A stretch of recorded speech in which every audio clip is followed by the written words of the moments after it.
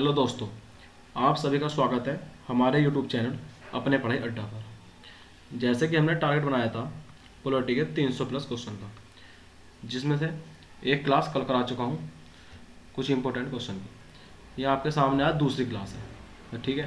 दूसरी क्लास का पहला क्वेश्चन, भारत का उपराष्ट्रपति किस अनुच्छेद के अंतर्गत आता है? ये आता है अनुच्छेद 63 के अंतर्गत, ठीक है। जैसे इसी से संबंधित कुछ अनुच्छेद हैं। अनुच्छेद 64, उपराष्ट्रपति राज्यसभा का सभापति होता है। क्या होता है 64 में? राज्यसभा का सभापति। राज्यसभा का सभापति होता है, सभापति, ठीक है। आर्टिकल 65 आता है, किसी कारणवश राष्ट्रपति की हत्या हो जाए या उस पर महाभियोग लगाकर उसे हटा दी जाए तो उस स्थिति में उपराष्ट्रपति राष्ट्रपति के पद पर कार्य करता है। उपराष्ट्रपति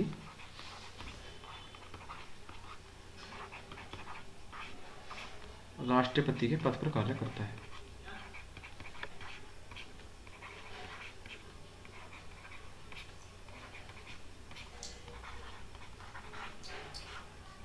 कार्य करेगा, ठीक है।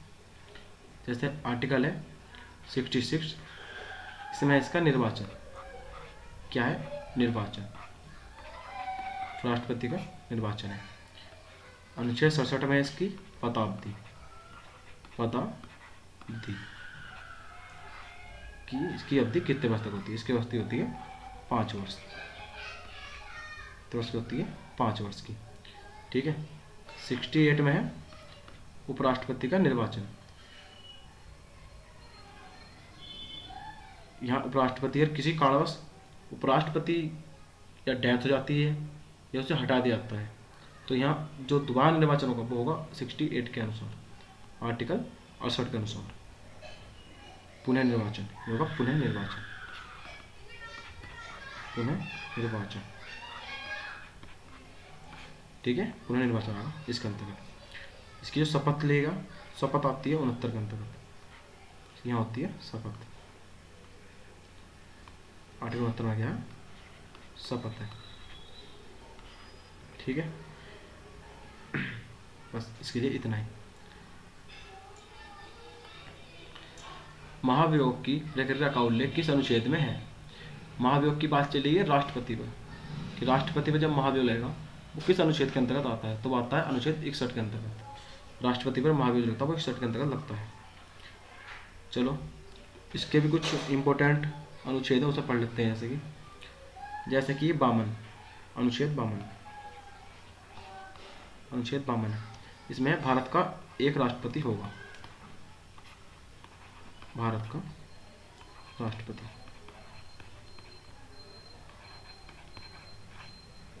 ठीक है। अनुच्छेद 53 में है इसकी कार्यकारी शक्तियां, यानी कि इसके पास जो शक्ति रहेंगी, कार्यकारी शक्ति, ठीक है। अनुच्छेद 54 में है चुनाव, इसका किसका चुनाव कैसे होगा, यानी इसका निर्वाचन कैसे होगा, निर्वाचन, ठीक है। 55 में है निर्वाचन का तरीका, निर्वाचन का तरीका। अनुच्छेद 56 में है इसका कार्यकाल,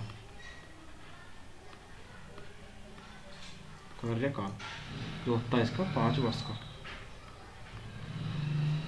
देखो होता है 5 वर्ष का। अनुच्छेद 57 में आता है पुनः निर्वाचित,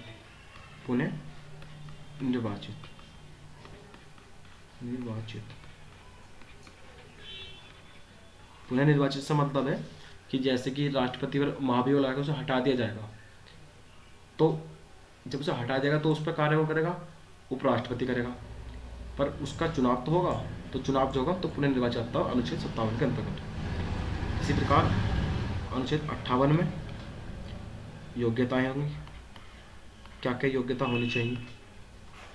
ठीक है, 59 में शर्तें आएंगी, क्या आएंगी, शर्तें आएंगी। ठीक है, 60 में इसकी आएगी शपथ, 60 में शपथ। ठीक है, 61 में ही राष्ट्रपति का, राष्ट्रपति पर महाभियोग लगाएगा 61 के अंतर्गत। ठीक है, और 72 के अंतर्गत आती हैं इसमें क्षमादान की शक्तियाँ, कि जो किसी को क्षमादान करने की शक्ति होंगी वे अनुच्छेद 72 के अंतर्गत आएंगी। क्षमादान की शक्ति,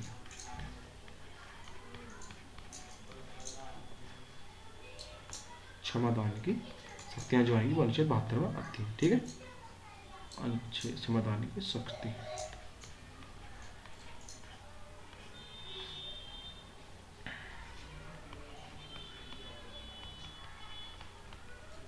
ठीक है, राज्यसभा का पदेन सभापति कौन होता है, तो ये होता है उपराष्ट्रपति।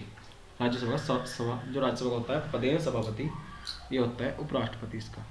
ठीक है, आइए चलते हैं, इसके बारे में मैंने बता दिया सब, उपराष्ट्रपति के बारे में। ठीक है, और एक और बात, उप क्वेश्चन पूछ जाता है कि कौन ऐसा पदाधिकारी है जिससे वेतन नहीं मिलता, वेतन नहीं मिलता।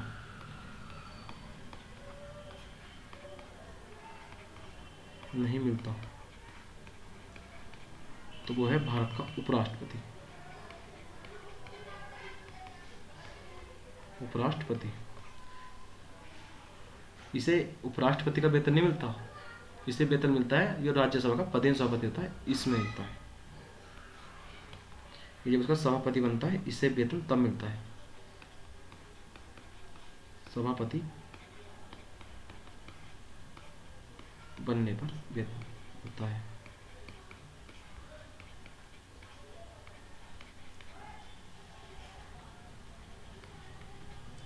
ठीक है, राष्ट्रपति संसद में कितने सदस्य मनोनीत कर सकता है, तो राष्ट्रपति जो करेगा सदस्य मनोनीत करेगा वे करेगा 14, जिसमें से राज्यसभा के होंगे 12, लोकसभा के होंगे 2, जिन्हें बोलते हैं एंग्लो इंडियन। ठीक है, तो राष्ट्रपति वो करता है। और ये जैसे पूछ जाता है किस क्षेत्र से होंगे, यानी कि ये जो 14 के 14 सदस्य होंगे किस क्षेत्र से होंगे, ये होंगे कला संबंधित, साहित्य संबंधित, विज्ञान, खेल और समाज सेवा। किस किस से होंगे, कला,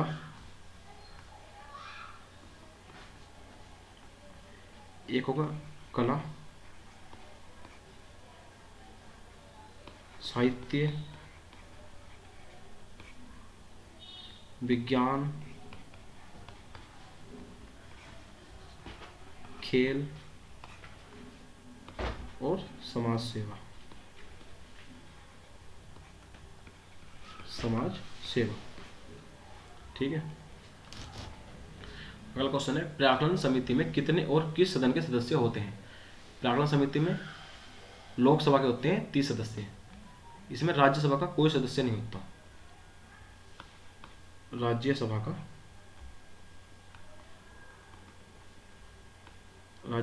कोई सदस्य नहीं होता।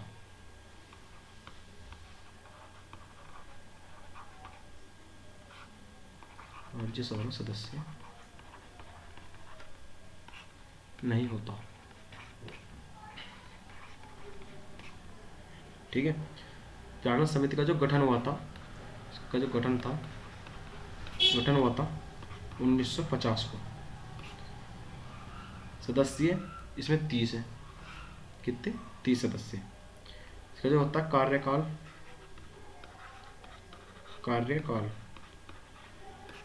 ये होता है इसका 1 वर्ष का।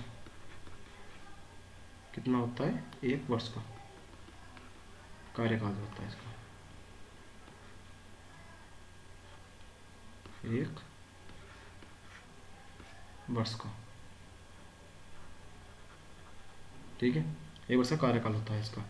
और जो इसके अध्यक्ष थे, मतलब जिन्होंने प्राक्कलन समिति गठित की थी, जिसके अध्यक्ष थे वे थे एन गोपाल स्वामी आएंगे। कौन थे?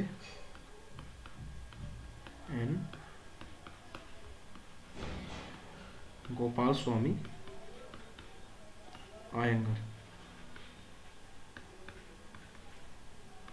जो इसके अध्यक्ष थे। ठीक है।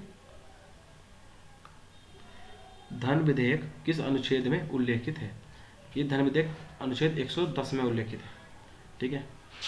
जिसे लोकसभा में पेश किया जाता है, जिसे लोकसभा में पेश किया जाता है। मुझे कि ये कहाँ पेश होता है, तो ये होता है लोकसभा में, लोकसभा में पेश किया जाता है, किया जाता है। ठीक है। धन विधेयक में जैसे कि इसमें जो आता है कर लगाना, कर जो कर लगता है, काम होता है, मतलब जो कर लगना, काम करना है, बढ़ना, उनमें कोई परिवर्तन करना, ये सब होता है धन विधेयक के अंतर्गत। ठीक है। ईस्ट इंडिया कंपनी के शासन का अंत किस अधिनियम द्वारा किया गया था? तो ये क्या गया था? 1858 भारत शासन अधिनियम के अंतर्गत। ठीक है। भारत शासन जो अधिनियम था। और पूछा जाए ईस्ट इंडिया कंपनी भारत कब आई थी, तो ये आई थी, भारत कब आई थी, भारत कब आई, तो ये आई थी 1600 में, 1600 में। ठीक है। इसने भारत में पूछा है कि हस्तक्षेप इसका कब से हुआ था, तो वो हुआ था 1726 का राजलेख, 1726 का राजलेख हुआ था। तो इसमें इसका प्रथम बार हस्तक्षेप हुआ था, प्रथम बार हस्तक्षेप हस्तक्षेप किया था।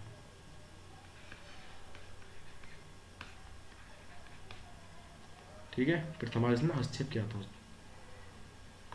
अगला क्वेश्चन है, संसद की प्रथम बैठक कब हुई थी? तो ये हुई थी 13 मई 1952 को। कब हुई थी? 13 मई 1952 को। संसद कितने अंग है संसद के, यानी कितने अंगों से मिलकर बनती है? इसके जो अंग हैं, इसके अंग हैं, इसके 3 अंग हैं, 3 अंग हैं। पहला है राष्ट्रपति, दूसरा है राज्यसभा,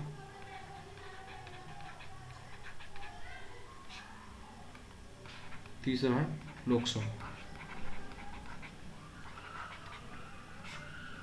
ठीक है। जैसे कि इसमें आता है कि राज्यसभा का गठन कब हुआ, तो राज्यसभा का जो गठन हुआ था वो था 13 अप्रैल 1952 को, 13 अप्रैल 1952 को। और लोकसभा का कब हुआ था, ये हुआ था 17 अप्रैल 1952 को। ठीक है। 17 अप्रैल 1952 को हुआ था लोकसभा का।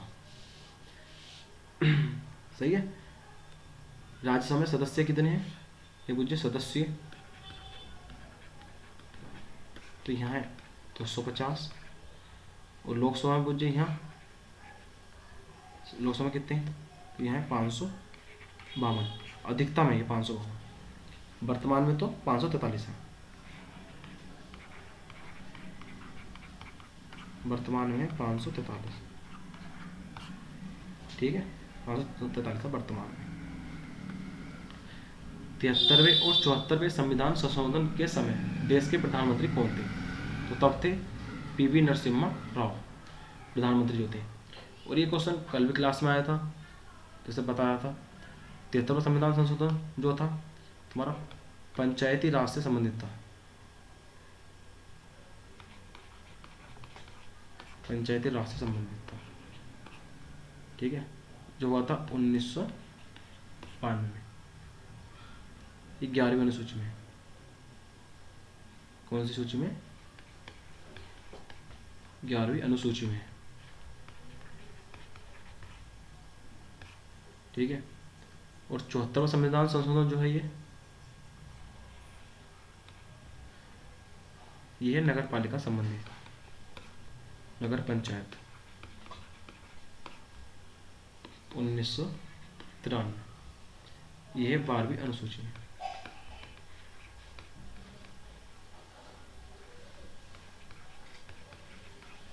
यह 12वीं अनुसूची है। सही है। अगला क्वेश्चन, धन विधेयक को संसद के किस सदन में पेश किया जाता है? ये मैंने ही बताया है कि लोकसभा में पेश किया जाता है धन विधेयक जो होता है। सही है। तो इसमें कोई इतना खास बताने की जरूरत नहीं है, पीछे मैंने सब बता ही दिया। लोक लेखा समिति में कितने और किस सदन के सदस्य होते हैं? इसमें 22 सदस्य होते हैं, जिसमें से लोकसभा के 15 और राज्यसभा के 7 सदस्य होते हैं इसमें। ठीक है। इस समिति का जो गठन हुआ था, समिति का जो गठन हुआ था वो कब हुआ था? 1921 में हुआ था। 1921 में।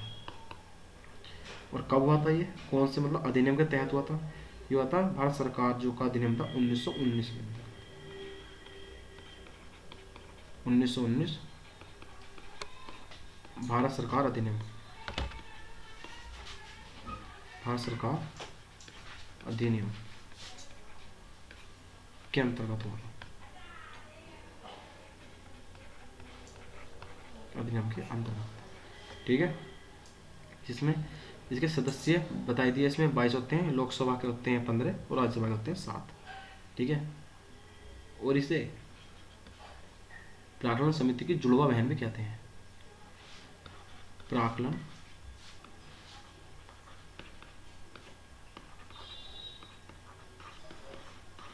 समिति की जुड़वा बहन भी कहा जाता है।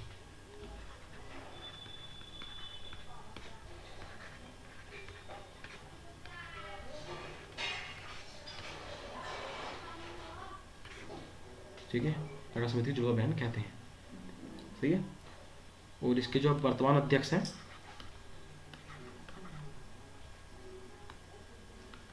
वर्तमान अध्यक्ष जो है इसके, वे हैंगे अधीर रंजन चौधरी। वर्तमान अध्यक्ष अधीर रंजन चौधरी।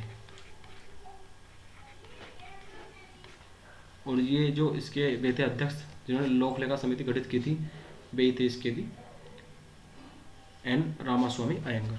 ठीक है। आइए अगले क्वेश्चन में चलते हैं। राष्ट्रीय आपातकाल किस में और कौन सा अनुच्छेद को निलंबित करता है?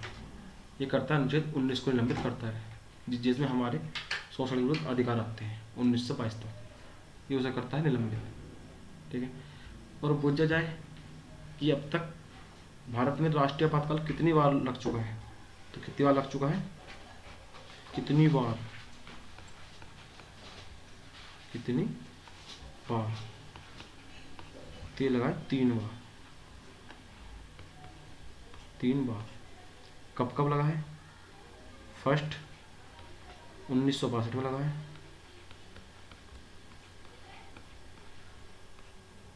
सेकंड 1971 में लगा है,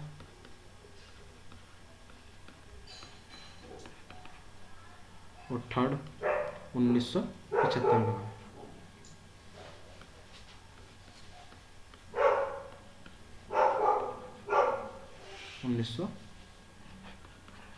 में लगा है। ठीक है।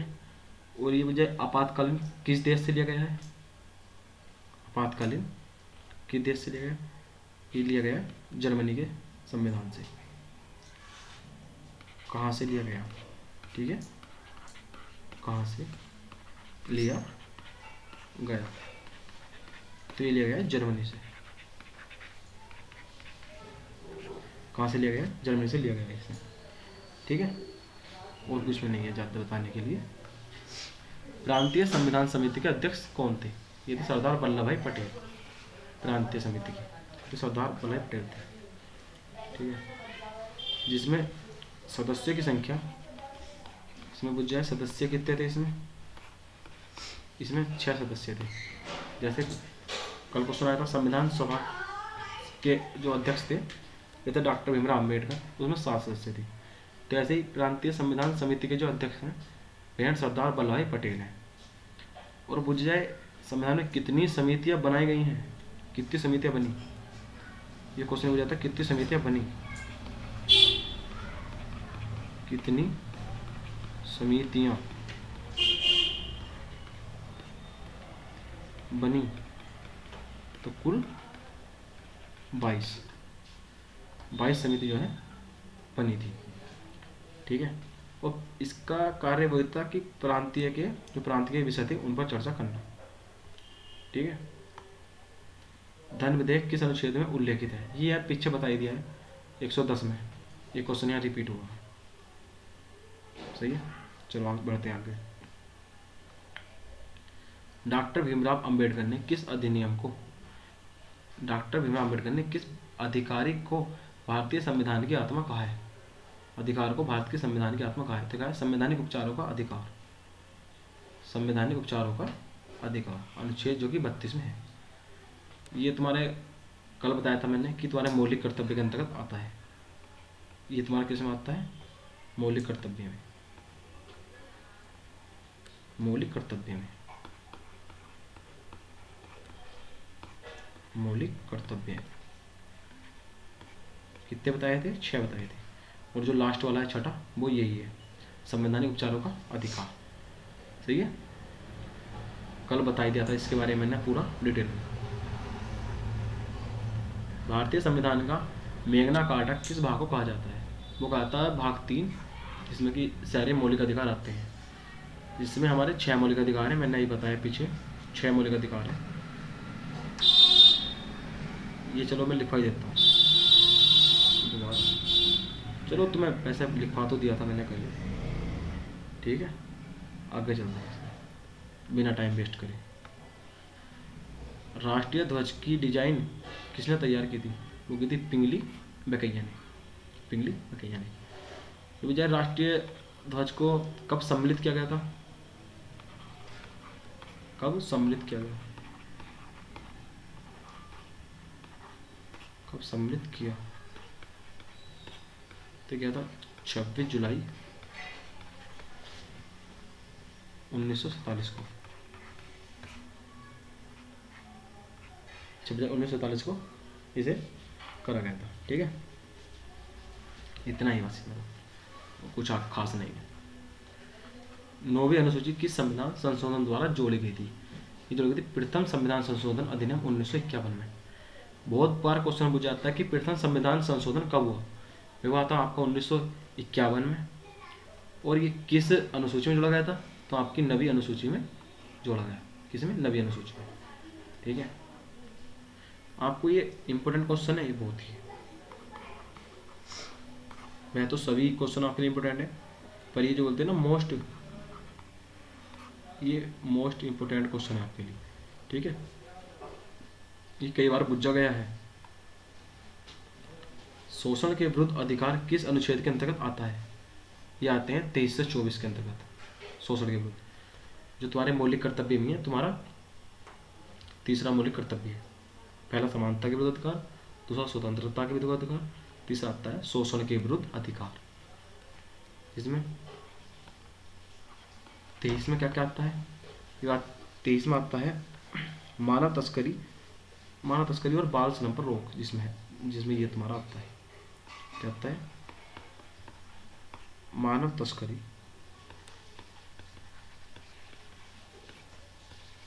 और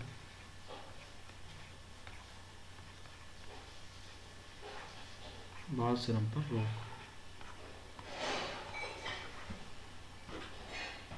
बाल श्रम पर रोक। और 24 में आता है, ये मोस्ट इंपोर्टेंट है, आर्टिकल 24, ये आता है 14 वर्ष से कम उम्र के बच्चों को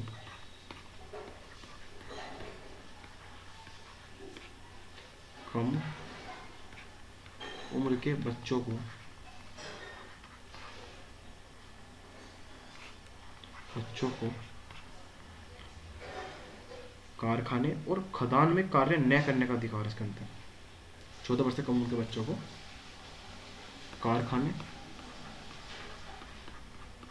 कारखानों और खदान में कार्य न करना।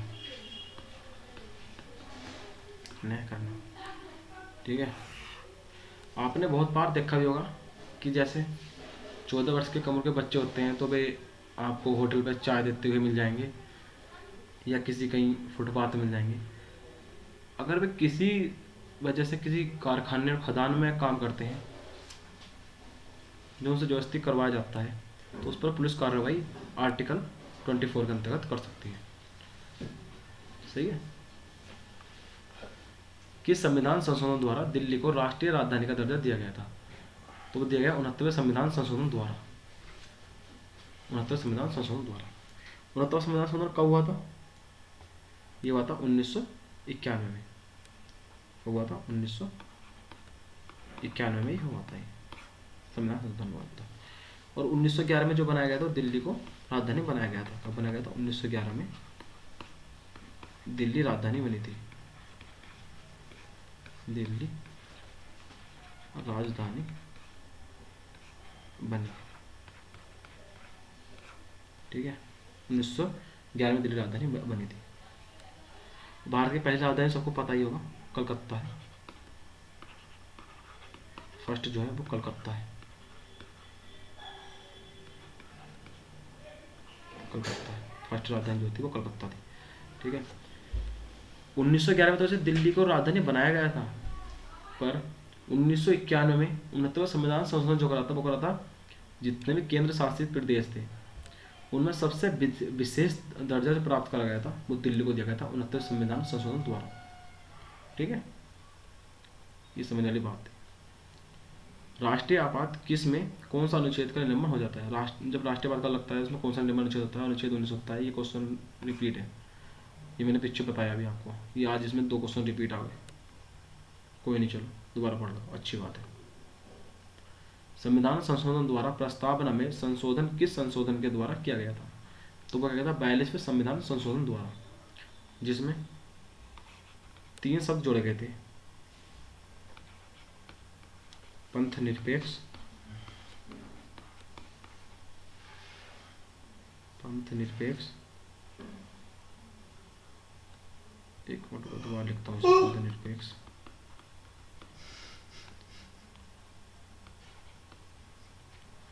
पंथ निरपेक्ष, समाजवादी और अखंडता।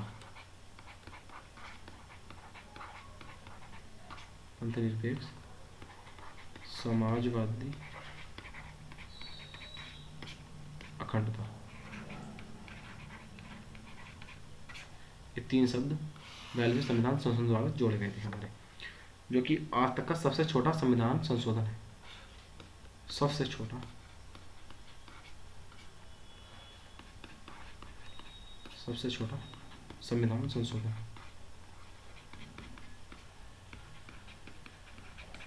सबसे छोटा संविधान संशोधन जो है 42वां संविधान संशोधन ही है।